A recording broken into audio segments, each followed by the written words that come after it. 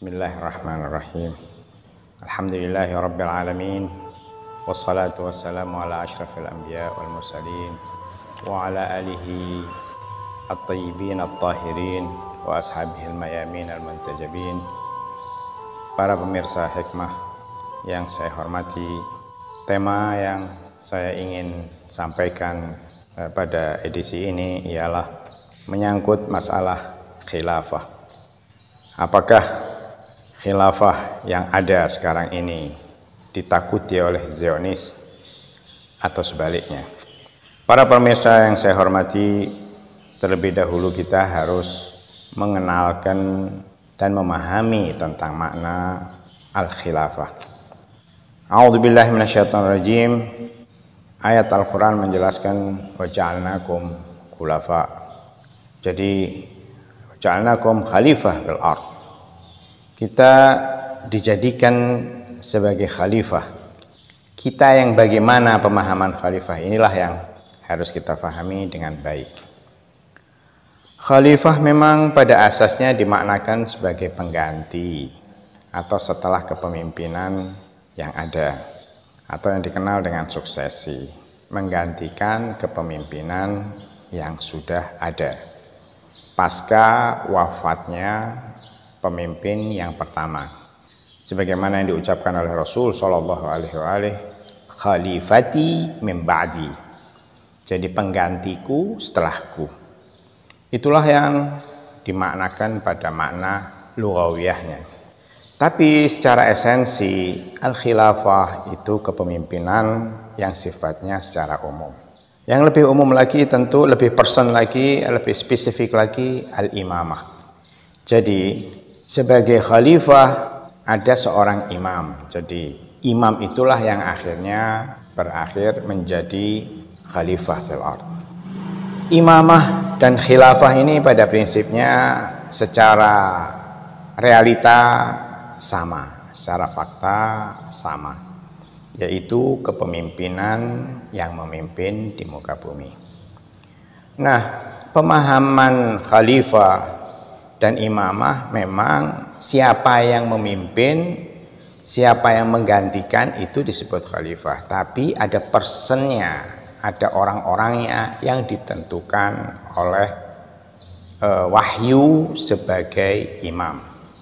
Dalam penjelasan tentang imamah, sebagaimana yang sudah pernah di edisi yang lalu kita jelaskan bahwa kepemimpinan ini adalah mutlak hak prerogatif Tuhan. Untuknya Tuhan tidak pernah memasrahkan urusan khilafah dan imamah kepada hamba-hambanya, karena hal itu akan benar-benar membahayakan hamba-hambanya. Untuknya al-imamah itu atau person, orang-orangnya itu tadi ditentukan oleh wahyu, tidak dipasrahkan oleh umat untuk memilih kepemimpinan mereka. Kenapa? Yaitu tadi, nanti setiap umat akan memilih berdasarkan kesenangan dan kepentingannya. Untuk itu khilafah dan imamah sama sekali tidak diberikan kepada umat. Karenanya Nabi Shallallahu Alaihi Wasallam menjelaskan siapa nama-nama orang sesudah beliau, harus sebagaimana Hawari dijelaskan nama-namanya oleh Nabi Allah Isa alaihissalam, dan seluruhnya Bani Israel juga punya adat nuqaba Bani Israel, yaitu orang-orang pengganti atau kepanjangan tangan para nabi mereka, yaitu 12 orang juga. Kenapa harus diadakan pengganti atau khalifah setelah nabi yang ditentukan sebagai imam? Jawabannya karena manusia punya kelemahan untuk bisa mencapai di sembarang tempat, sembarang situasi. Karena itu dibagilah kepemimpinan ini dengan kepanjangan-kepanjangan tangan tadi, alias khalifah. Ayat yang menjelaskan ja'alnakum khulafa, ayat yang menjelaskan tentang kami jadikan kalian sebagai khalifah itu bukan manusia sembarang manusia. Pertama, kita harus memahami bahwa ayat-ayat itu tidak 100% diturunkan kepada kita langsung, tetapi diturunkan kepada maksumin, kemudian mereka yang memberikan penjelasan secara tafsir, kemudian tafsir itu kita riwayatkan alias mensyarahi ayat-ayat Al-Quran itu disebut tafsir, dan tafsirnya itu hanya terjadi dengan hadis.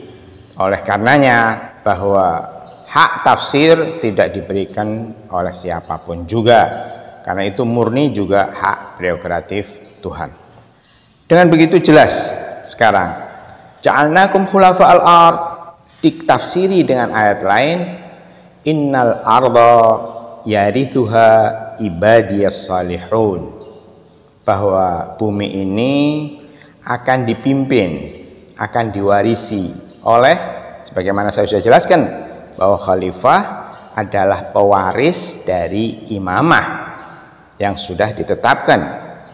Arda yarithuha ibadiyas salihun, bahwa hamba-hamba yang layak, hamba-hamba yang punya kemampuan untuk menciptakan kebenaran sebagaimana terjadinya kerusakan di muka bumi ini. Jadi pembenahan itu dilakukan untuk ibadiyas salihun.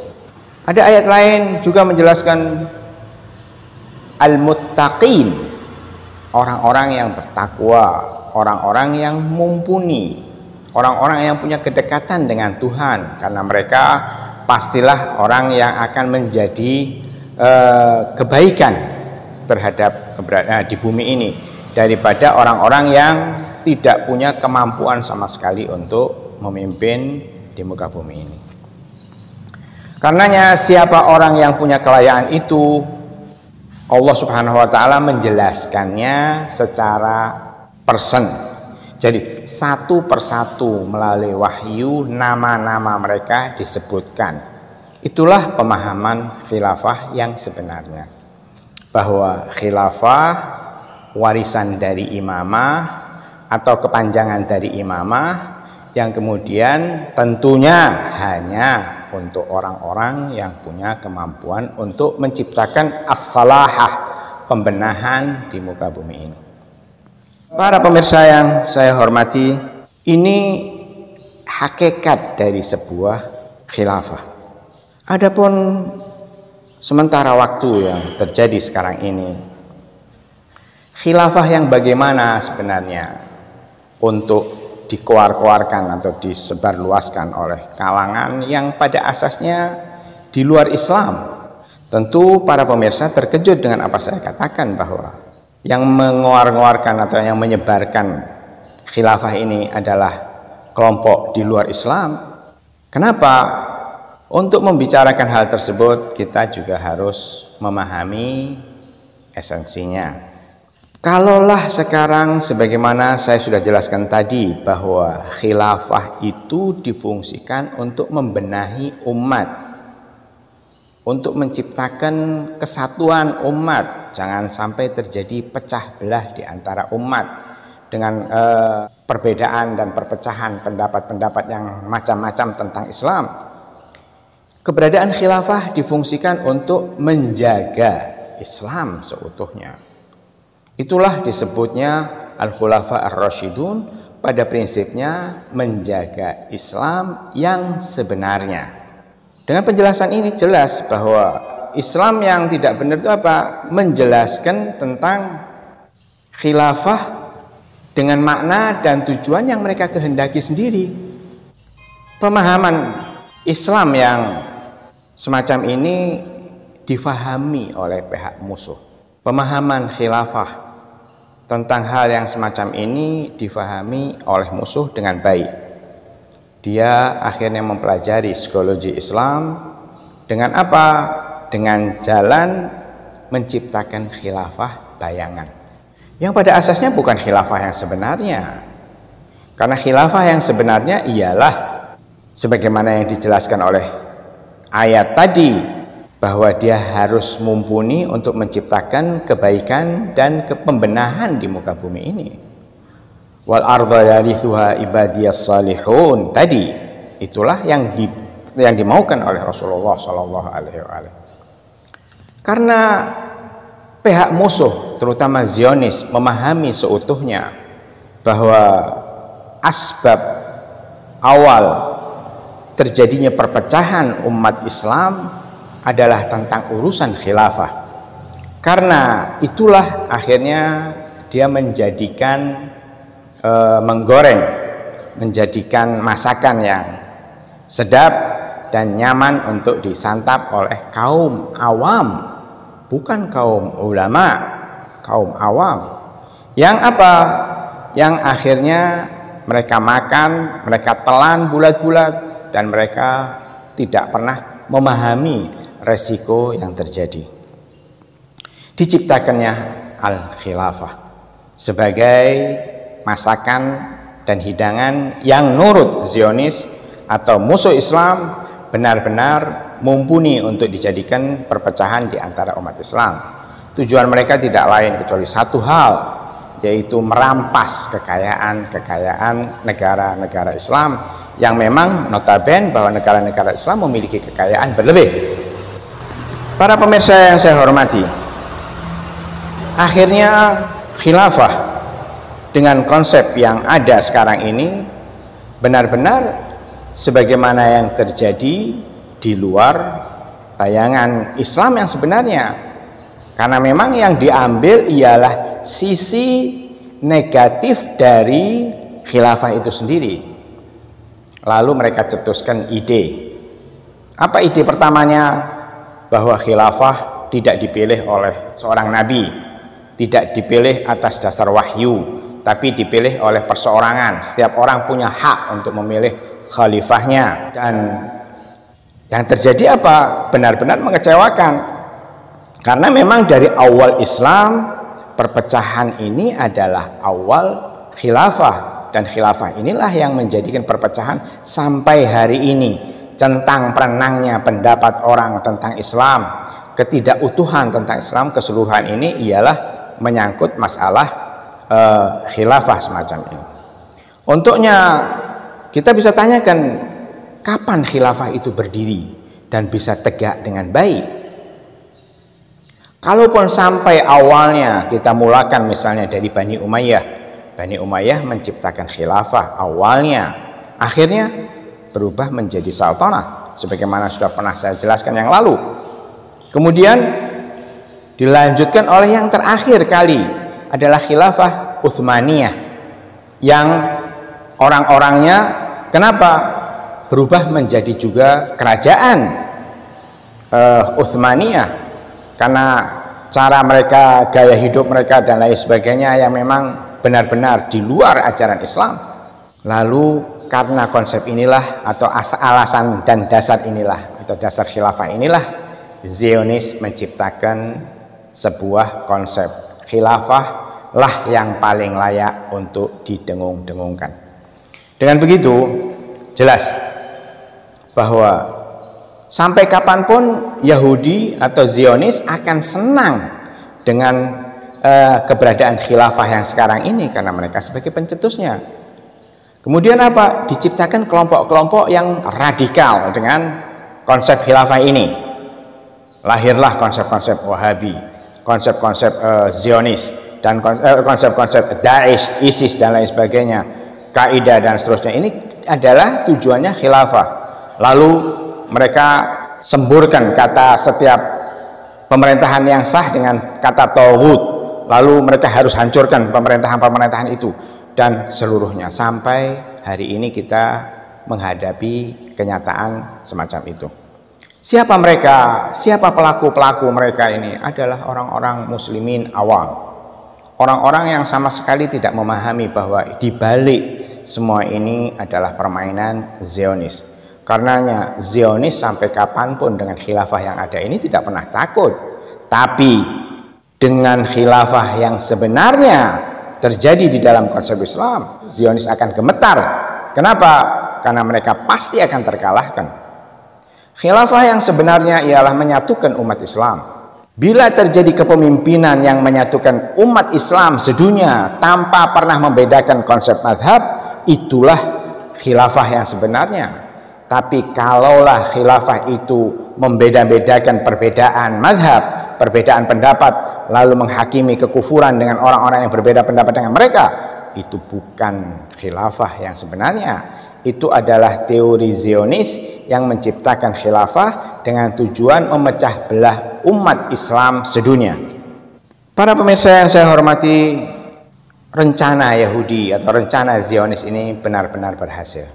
Karena mayoritas di kalangan umat Islam, terutama yang biasa dia hadapi ialah kaum Arab yang mayoritas pengetahuannya rendah. Mereka adalah kaum Badui yang tidak memahami jujurnya atau sebenarnya tentang sejatinya politik yang akan membahayakan pada setiap keberadaan mereka sendiri. Akhirnya disebar luaskanlah konsep khilafah ini terutama di Timur Tengah. Kemudian Timur Tengah ini, kenapa kok di Timur Tengah? Karena Timur Tengah ini ialah mereka anggap poros Islam. Kemudian apa? Kemudian dengan sendirinya mereka membawa misi khilafah ini ke semua negara di seluruh penjuru dunia, termasuk di Libya, termasuk di Afghanistan, termasuk di Syria, termasuk di Mesir, termasuk di Jordan, jadi termasuk lagi di Indonesia. Yang keseluruhannya dengan konsep khilafah ini pastilah menciptakan keonaran. Kenapa? Karena tidak ada satu konsep khilafah yang semacam ini yang sesuai dengan fitrah.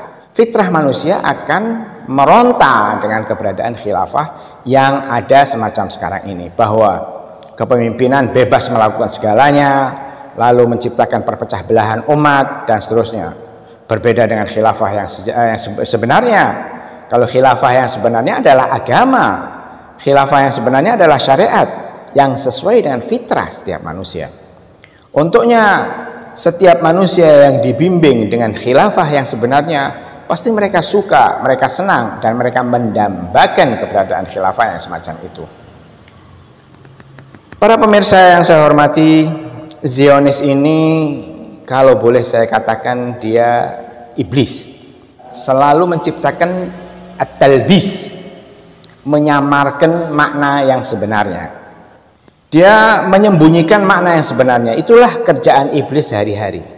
Khilafah pada asasnya adalah kalimatu haq, kalimat syar'i, kalimat yang benar dan enak didengar, kalimat yang didambakan setiap orang. Tapi dengan kalimat itu pula dia menggunakan kata khilafah, tapi yang fungsinya untuk sebaliknya, bahwa mereka justru menakut-nakuti umat, menciptakan kegalauan, menciptakan keonaran dan lain sebagainya, justru dengan kalimat al-khalifah. Para pemirsa yang saya hormati, untuknya kita harus benar-benar berhati-hati bahwa khilafah kita harus memahami sepenuhnya bahwa al-khilafah ini makna yang bisa difungsikan ganda, dimaknakan dengan makna iblis, yaitu menyamarkan makna yang sebenarnya, ataukah khilafah dengan makna yang sebenarnya. Kalaulah sekarang khilafah dimaknakan seperti yang sekarang ada ini, pastilah akan terjadi justru bunuh-membunuh. Kenapa? Karena khilafah yang notabene nurut orang-orang awam juga syar'i, pada asasnya dia bukan syar'i. Pada asasnya dia adalah penyamaran dari makna yang sebenarnya dari khilafah yang syar'i tadi. Kalau saya sudah jelaskan tadi di dalam yang pertama tadi, menjelaskan bahwa al-khilafah ialah terjadi setelah al-imamah. Al-imamah persennya ditentukan oleh wahyu. Kenapa harus persen-persen khilafah dan persen-persen imamah itu ditentukan oleh wahyu? Karena bahwa al-khilafah ini adalah tujuannya untuk memimpin umat. Harus orang yang benar-benar baik, orang-orang yang tidak pernah akan melakukan kesalahan, dan yang tahu satuan siapa persen-persen itu hanyalah Tuhan. Karena itu kepemilihan, keimamahan, kekhilafahan, ke person-personnya harus dipilih oleh yang tahu atau yang maha tahu segalanya. Untuknya para pemirsa yang saya hormati, kita harus benar-benar berhati-hati bahwa khilafah tidak semuanya sebagaimana yang difahami atau yang disebarluaskan oleh yang ada sekarang ini. Walaupun mereka menggunakan pemahaman khilafah, konsep khilafah, tapi kepemimpinannya tidak jelas di tangan oleh siapa atau ditangani siapa, atau yang tidak ditangani oleh orang yang maksum, orang yang benar-benar kompeten dalam bidangnya, maka sebaiknya para pemirsa yang saya hormati untuk menjauhi pemahaman khilafah, karena ini adalah ajakan Zionis untuk memecah belah umat sesama Islam sendiri. Mungkin itulah yang bisa saya sampaikan. Semoga pemahaman khilafah yang semacam ini kita fahami dengan baik, dan karenanya Zionis tidak pernah takut dengan khilafah-khilafah yang ada, karena memang ini adalah ciptaan mereka sendiri. Wabillahi taufik wal hidayah. Wassalamualaikum warahmatullahi wabarakatuh.